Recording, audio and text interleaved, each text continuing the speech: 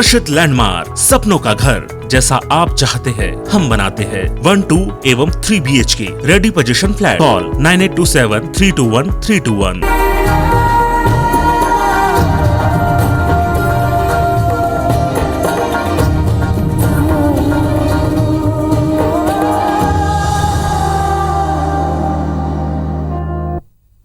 नमस्कार, मैं हूं रसिका पांडे। धरोहर में स्वागत है आप सबका। हमारी खास पेशकश है आज की उदयगिरी अतीत का आंगन। जी हां, उदयगिरी मध्य प्रदेश के विदिशा जिले में मौजूद एक ऐसी जगह जहां आज भी इतिहास बोलता है, जहां के चप्पे चप्पे में दर्ज है गुजरे वक्त की दिलचस्प दास्तां। यहां की गुफाओं में दफन है अतीत के कई सुनहरे राज।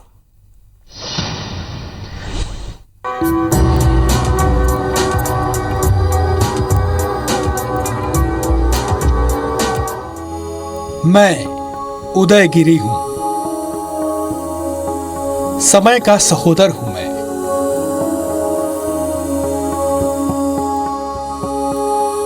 मेरी ही छाती पर लिखी गई है सभ्यता के बीज ग्रंथ।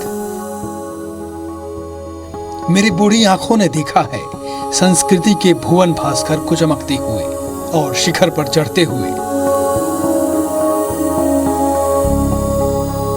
वक्त के अंधड़ के आगे भी बना रहा मैं, बचा रहा मैं, क्योंकि मेरे शिराओं में दौड़ता फिरता है सनातन राग।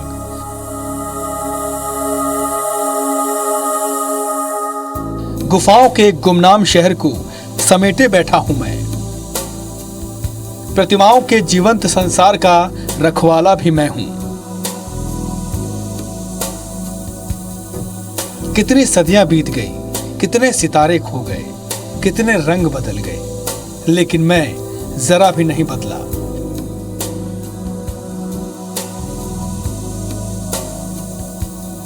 हमलावरों की टोलियों ने कई बार मुझे लहूलुहान भी किया, लेकिन मेरी फौलादी देह को वो मिटा नहीं पाए।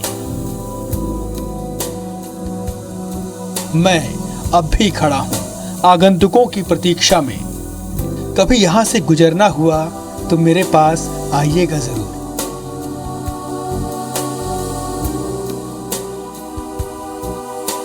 आपको सुनाने के लिए कई अनसुने किस्से अब भी अपनी धुंधली होती स्मृतियों में संभाल रखा है मैंने।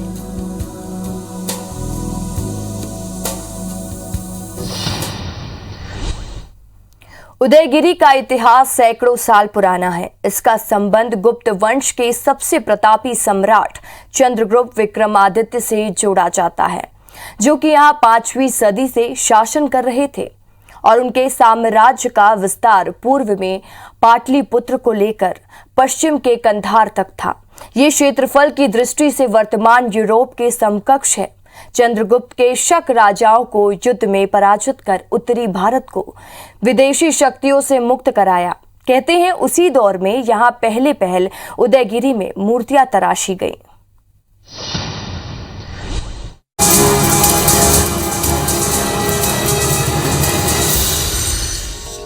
उदयगिरी की कीर्ति पताका सदियों से फहरा रही है। हर काल में इसकी चमक बिखरी है।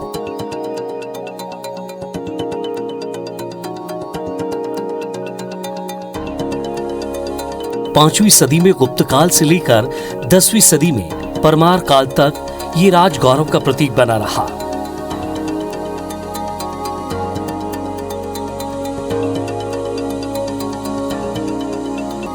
परमार काल में ही इसका नया नामकरण हुआ। राजा भोज के पौत्र उदयादित्य के नाम पर इस जगह का नाम उदयगिरी रखा गया।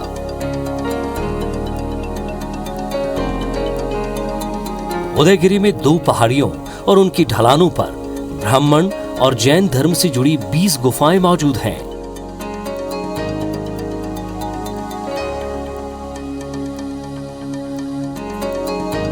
इनमें से कुछ गुफाएं 1600 साल से भी ज्यादा पुरानी हैं।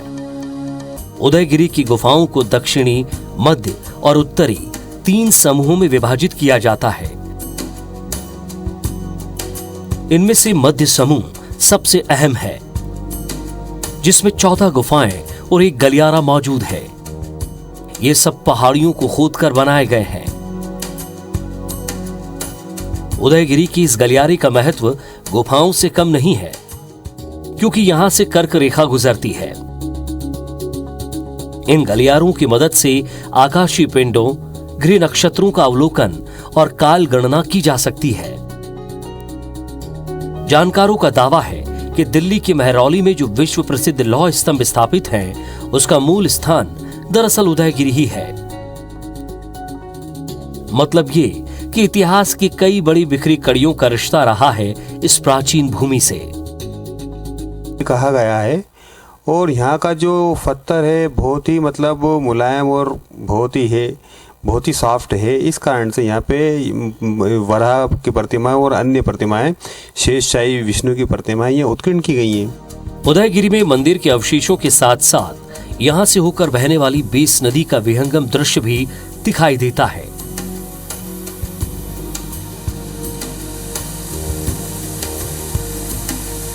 वहीं प्राचीन बीस नगर की किलेबंदी की निशानियां भी यहाँ नजर आती हैं। यहाँ पे आए बच्चों को बड़ा खुशी थी कि हम जो प्राकृतिक है प्रकृति देखें, और जो प्राचीन हमारा पुरातत्व विभाग है उसको देखें, वन देखें, जीव जंतु देखें।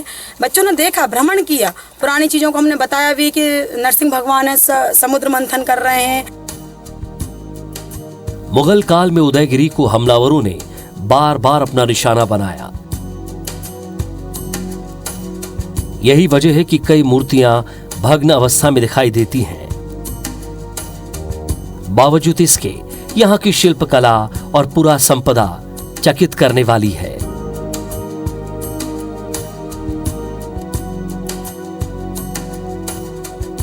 यहाँ गुफाएं तो मौजूद ही हैं, उसके अलावा अब यहाँ एक छोटा सा गांव भी आबाद हो गया है। उदयगिरी में आकर ऐसा लगता है कि हम एक बार फिर उसी पुराने युग में पहुंच गए हैं, जब उदयगिरी ने आकार लेना शुरू किया था। Bureau report, IBC 24। विदिशा का इतिहास काफी वैभवशाली रहा है। यहाँ कई राजाओं का शासन रहा। यही वजह है कि उदयगिरी की गुफाओं में भी पुरातन काल की छवि देखने को मिलती है। गुफाओं में की गई स्थापत्य कला और शिल्पकारी देखते ही बनती है। सदियों पुराने शिल्प आज भी जस के तस हैं। कवियों की रचनाओं में भी विदिशा का जिक्र मिलता है, जिससे ये प्रतीत होता है कि इस माहौल ने कवियों को भी प्रेरणा दी है।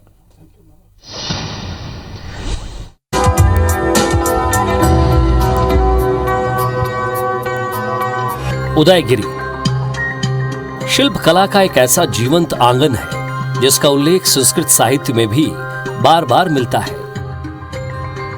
यहां तक कि महाकवि कालिदास ने भी उदयगिरी के बारे में लिखा है।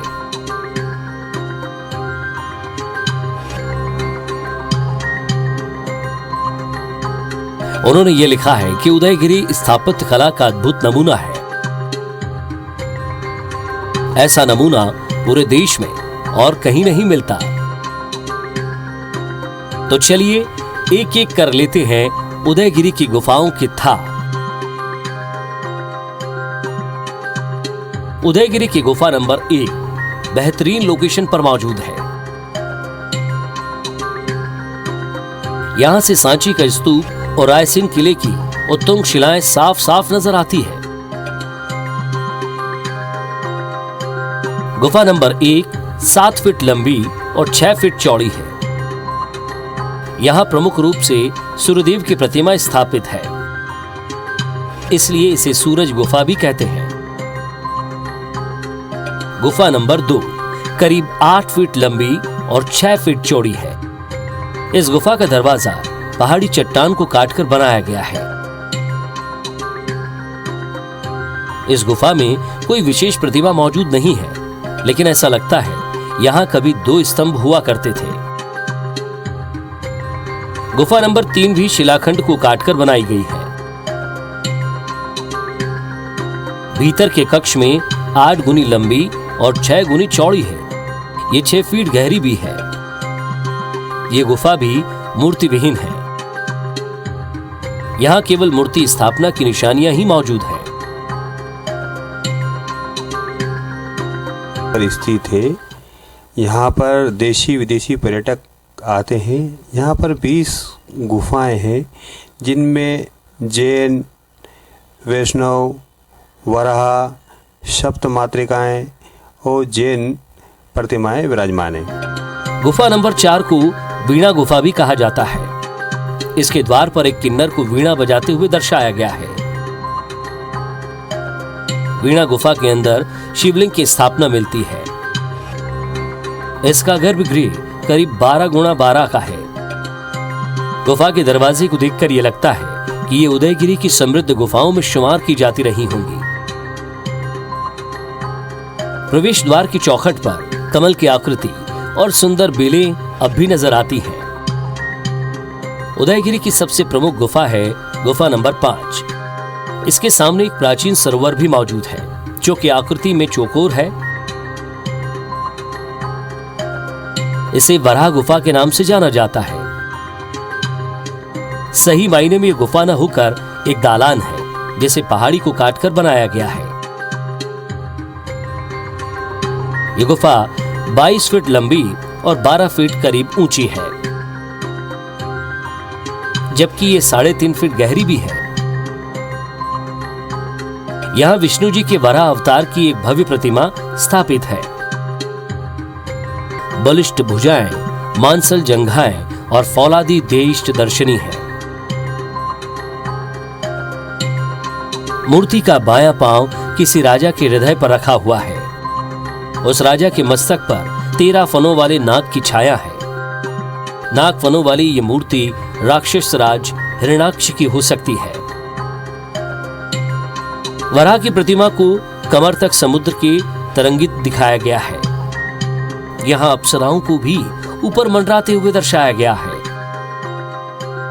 वराह मूर्ति के साथ साथ यक्ष, किन्नर, गंधर्व और मरुद गणों को भी स्तुतिगान करने की मुद्रा में अंकित किया गया है। Bureau report, IBC 24। इस म्यूजियम में पुरातत्व का खजाना है, जहां एक से बढ़कर एक दुर्लभ और बेशकीमती मूर्तियों का संग्रह है, जिसे देखकर हर कोई हैरान हो जाता है। यही वजह है कि इतिहास के निशानियों को देखने के लिए बड़ी संख्या में सैलानी यहां आते हैं।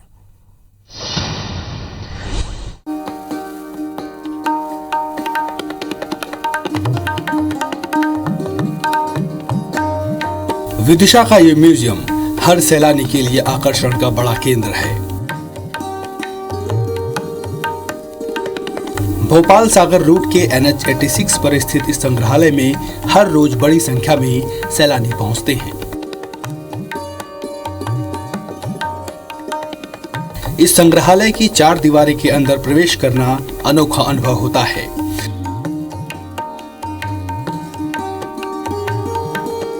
प्रवेश द्वार के बिल्कुल बाईं ओर एक छोटा सा हिस्सा है, जहां विदिशा जिले के इतिहास से जुड़े साहित्य मौजूद हैं।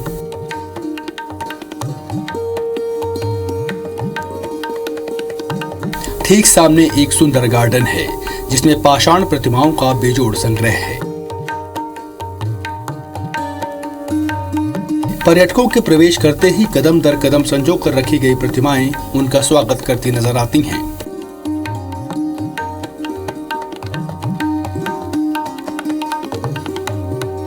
रात के समय दूधिया रोशनी में इसकी सुंदरता देखते ही बनती है।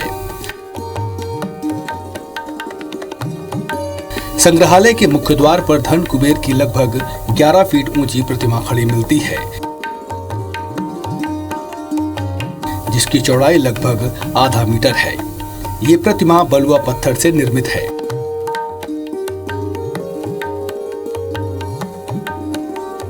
कुबेर की इस दुर्लभ प्रतिमा को वैसनगर से यहाँ लाया गया है।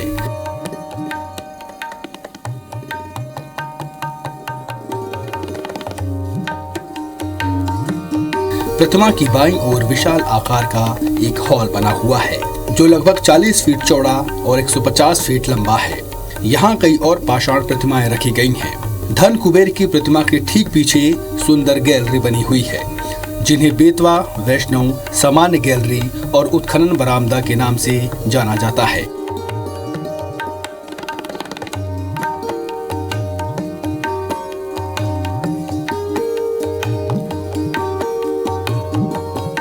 इनमें बेशकीमती और दुर्लभ प्रतिमाओं का संग्रह है।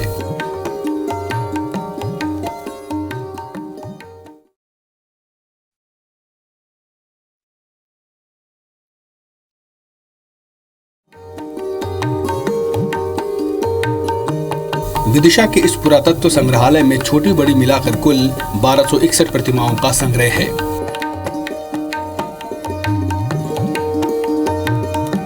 जिनमें 526 प्रतिमाएं गैलरियों में और लगभग 700 प्रतिमाएं बाहर स्थापित हैं।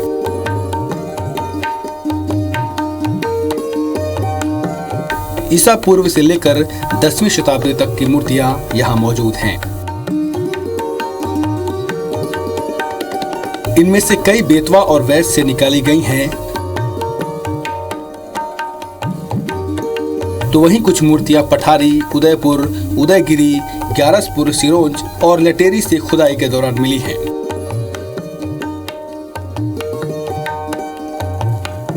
यहाँ बुद्ध की एक और जैन तीर्थकारों की 39 मूर्तियां मौजूद हैं। धन कुबेर की 2, विष्णु की 29 मूर्तियों के साथ ही यहाँ यक्ष, कामदेव और सूर्य देव की भी कई मूर्तियां मौजूद हैं। यहाँ मौजूद प्रतिमाओं की कलात्मक स्वरूप देखकर सैलानी भाव विभोर हो जाते हैं। हमें यहाँ का संग्रहालय देखने पर बहुत अच्छा लगा। इधर बहुत अच्छी प्रतिमाएं हैं, यहाँ पर बहुत महीन कारीगरी की गई है और इसमें सब बताया गया है। सारे जैन मंदिरों के बारे में बताया गया है। जो यहाँ पर विदिशा में जैन मंदिर सिर्फ एक ही है जो देखने को मिल रहा है, वो भी अभी उसका कार्य हो रहा है। तो हमें यहाँ पर विभिन्न प्रकार के जैन मंदिर देखने को मिल रहे हैं। जो हमको ये जो स्टैचू वगैरह दिखा है ना, इतना हमको पसंद लगा कि ये विदिशा के आर्कियोलॉजिस्ट ने इतना तुम ये करके रखा है, संभाल कर रखा है। Really it's wonder. बहुत अच्छा लगा है। इस संग्रहालय के विशाल बरामदे में भी प्रतिमाओं का अच्छा खासा संग्रह है। वहीं वैसनगर की खुदाई से मिले मिट्टी के घड़े, सुराही, पात्र, सिक्के, आभूषण, तांबे लोहे के बर्तन, पाषाण हथियार भी यहाँ संग्रहित हैं।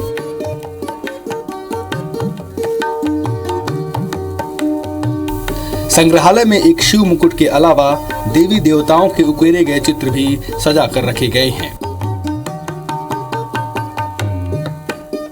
गैलरी में पूरे विश्व के जैन मंदिरों के चित्रों की भी झांकी प्रदर्शित की गई है। Bureau report, IBC 24।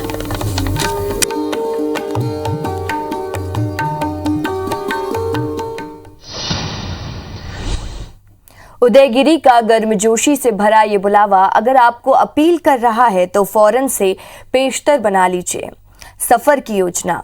अब आपके मन में ये सवाल भी कौन सकता है कि उदयगिरी पहुंचे कैसे और ये है कहां? तो चलिए सबसे पहले जान लेते हैं इन्हीं सवालों के जवाब।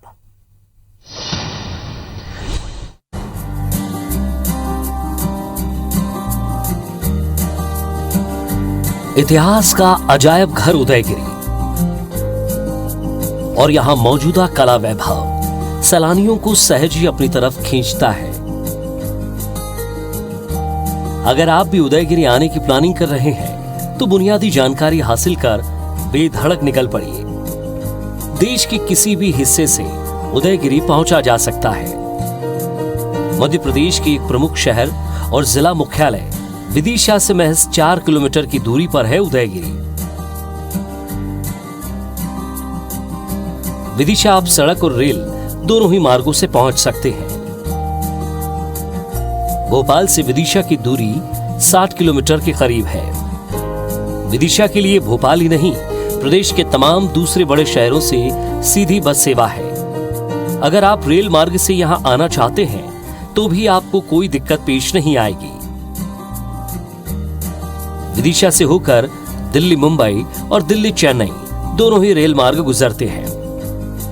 तकरीबन हर बड़ी ट्रेन का यहाँ स्टॉपेज है। वहीं अगर आप हवाई यात्रा कर यहाँ आना चाहते हैं तो आपका आखिरी स्टॉपेज होगा भोपाल। यहाँ से आगे की यात्रा आप सड़क या फिर रेल के जरिए पूरा कर सकते हैं। एक बार विदिशा पहुंच गए तो उसके बाद उदयगिरी तक का सफर तो बस मिनटों में ही पूरा हो जाता है। बेसनगर होते हुए उदयगिरी पहुंचा जा सकता है।